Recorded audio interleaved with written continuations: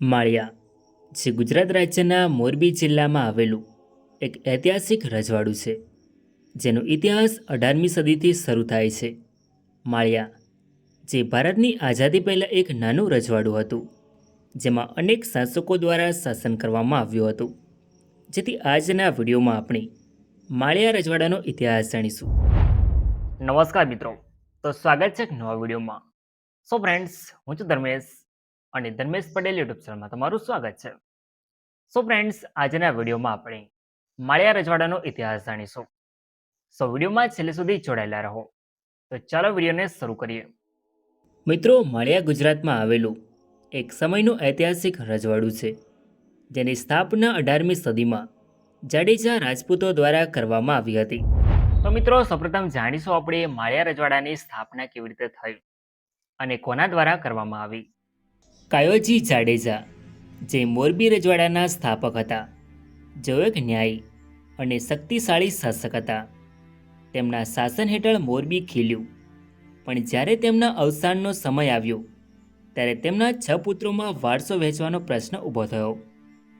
તેમના પુત્રોમાંના એક મોળજી, જે હંમેશા સ્વતંત્ર ભાવના ધરાવતા હતા, તેમને મચ્છુ નદીના કાંઠે આવેલું માળિયા ગામ અને નજીકના 5 ગામો તેમજ વાગડના થોડા ગામો મળ્યા. પરંતુ મોળજીનું હૃદય મોરબીની કદીના નાના હિસ્સાથી સંતુષ્ટ ન હતું.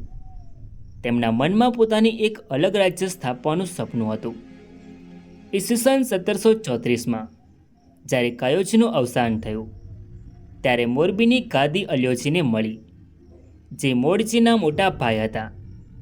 અલ્યોજીનું શાસન મજબૂત હતું, પરંતુ મોળજીનું મન સ્વતંત્ર શાસનની ઝંખનાથી ભરેલું હતું.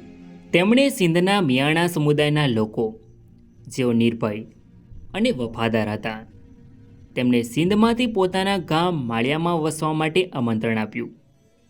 આ મુસ્લિમ સમુદાયના લોકો મોળજીના ગામોમાં વસ્યા અને તેમના સમર્થનથી મોળજીનું બળ વધ્યું. મોળજીએ પોતાના ગામોના લોકો અને મિયાણા સમુદાયની મદદથી આજુબાજુના ગામો પર વિજય મેળવવાનું શરૂ કર્યું. તેમની નીતિ અને શૌર્યના બળે એક પછી એક ગામો તેમના નિયંત્રણ હેઠળ આવવા લાગ્યા. આ રીતે મચ્છુ નદીના કાંઠે એક નવું રાજ્ય ઊભું થયું, જેનું નામ માળિયા પડ્યું. આ રાજ્ય માળિયા મિયાણા તરીકે પણ ઓળખવામાં આવતું હતું, કારણ કે મિયાણા સમુદાયે તેની સ્થાપનામાં મહત્વની ભૂમિકા ભજવી હતી. જી હા મિત્રો, આવી રીતે શરૂઆત થઈ માળિયા રજવાડાની. માળિયા રજવાડાના જાડેજા શાસકોને ઠાકોર સાહેબની ઉપાધિ મળી હતી. ઠાકોર મોળજીએ માળિયા રજવાડાની સ્થાપના કરી. તેઓ માળિયા રજવાડાના પ્રથમ શાસક હતા. તેમના સમયમાં માળિયા મજબૂત રાજ્ય તરીકે ઉભરી આવ્યું, પરંતુ સમયના વહેણ સાથે ગાદીનો વારસો આગળ વધ્યો. ઠાકોર મોળજી પછી તેમના પુત્ર ઠાકોર નાથોજી માળિયાની ગાદી પર બેઠા, જેમને નાયોજી તરીકે પણ ઓળખવામાં આવે છે. નાથોજીએ પણ પોતાના પિતાની જેમ રાજ્યનું સંચાલન કર્યું અને પ્રજાને ન્યાય આપ્યો.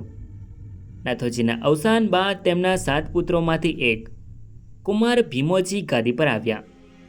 ભીમાજીએ પોતાના શાસનમાં રાજ્યને સ્થિરતા આપી. ત્યારબાદ ઠાકોર ડોસાજી માળિયાની ગાદી પર આવે છે. તેઓ અત્યંત શક્તિશાળી અને નીડર શાસક હતા. તેમની બહાદુરી અને શાસન કૌશલ્યની ચર્ચા દૂર દૂર સુધી ફેલાઈ હતી. પરંતુ આ શક્તિશાળી શાસકનો પણ એક દિવસ મોરબીના શાસક જીઓજી સામે પડકાર આવ્યો. જીઓજીએ ચાલાકીથી ડોસાજીને મોરબી બોલાવ્યા. એક ષડયંત્ર હેઠળ ઈસવીસન 1802માં જીઓજીએ ડોસાજીને કેદ કરી લીધા. આ સમાચાર માળિયાની પ્રજા માટે આઘાતજનક હતા. ડોસાજીના વફાદાર મિયાણા સમુદાયના લોકોએ આ અન્યાય સામે બળવો કર્યો.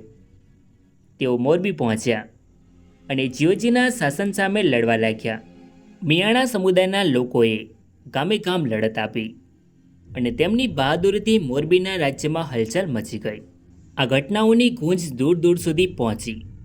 ઈસવીસન 1810માં અંગ્રેજોએ પણ આ બળવાને દબાવવા માટે એક ટુકડી મોકલી, પરંતુ વગર શરતે મિયાણા તાબે થઈ જવાથી ટુકડી પરત ચાલી ગઈ.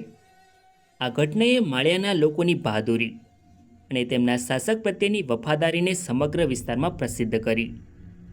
ઠાકોર ડોસાજીના અવસાન બાદ ઠાકોર સંતાજી માળિયાની ગાદી પર બેઠા.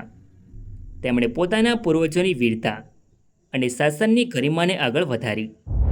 મિત્રો, ઠાકોર સંતાજી પછી ઠાકોર મૂળવાજીએ રજવાડાની બાગડોર સંભાળી. ત્યારબાદ વર્ષ 1875થી 1907 સુધી ઠાકોર મોળજી બીજાએ શાસન કર્યું. તેમના સમયમાં રજવાડું આર્થિક અને સામાજિક રીતે સમૃદ્ધ બન્યું. ત્યારબાદ વર્ષ 1907થી 1930માં ઠાકોર રાયસિંહજી મોળજીએ શાસન સંભાળ્યું. તેમના સમયમાં રજવાડામાં સ્થિરતા આવી. ઠાકોર રાયસિંહજી બાદ વર્ષ 1930માં ઠાકોર હરિશ્ચંદ્રસિંહજી કુમાનસિંહજીએ શાસન કર્યું. આ સમય એક પડકારજનક સમય હતો, કારણ કે દેશમાં સ્વતંત્રતા સંગ્રામની લહેર ચાલી રહી હતી. ઠાકોર હરિશ્ચંદ્રસિંહજીએ 1939 સુધી શાસન કર્યું. ત્યારબાદ તેમનું અવસાન થયું, જેથી ઠાકોર ભૂપેન્દ્રસિંહજી માળિયા રજવાડાની ગાદી પર આવ્યા છે. તેઓ સ્વતંત્ર માળિયા રજવાડાના છેલ્લા શાસક હતા. માળિયા રજવાડું લગભગ 756 ચોરસ કિલોમીટર વિસ્તારમાં ફેલાયેલું હતું. માળિયા રજવાડું ઉત્તરમાં કચ્છ રજવાડું, પૂર્વમાં મોરબી રજવાડું અને દક્ષિણમાં વાંકાનેર રજવાડાની સરહદોને અડીને હતું, જેમાં 17 ગામોનો સમાવેશ થતો હતો, જેમાં 1921ની વસ્તી 12,660 હતી. ભારત દેશમાં 1947 સુધી અંગ્રેજોનું શાસન રહ્યું હતું. ત્યારબાદ 1947માં ભારત દેશ અંગ્રેજોના શાસનમાંથી આઝાદ થયો. ત્યારે ભારતનું વિભાજન થયું. ત્યારે ભારતના ભૂતપૂર્વ મૂળ રાજ્યોને નવા રચાયેલા ભારત સંઘ અને પાકિસ્તાન ગમે તે એકસાથે જોડાવાનો વિકલ્પ આપવામાં આવ્યો હતો. ત્યારે માળિયા રજવાડાના છેલ્લા શાસક ઠાકોર ભૂપેન્દ્રસિંહજીએ રજવાડાને ભારત સંઘમાં સામેલ કર્યું, જે આજે ગુજરાત રાજ્યના મોરબી જિલ્લામાં આવેલ માળિયા ગામ છે. તો ફ્રેન્ડ્સ, આ તો માળિયા રજવાડાનો ઇતિહાસ. આઈ હોપ કે તમને આ વિડીયો ગમ્યો હશે. સો વિડીયોને લાઇક કરીને કમેન્ટમાં તમારો અભિપ્રાય જરૂર લખો. અને ચેનલમાં નવા હોય તો આવા જ આવનારા વિડીયો જોવા માટે ચેનલને સબસ્ક્રાઈબ જરૂર કરો. તો મળીએ એક નવા વિડીયોમાં. ધન્યવાદ.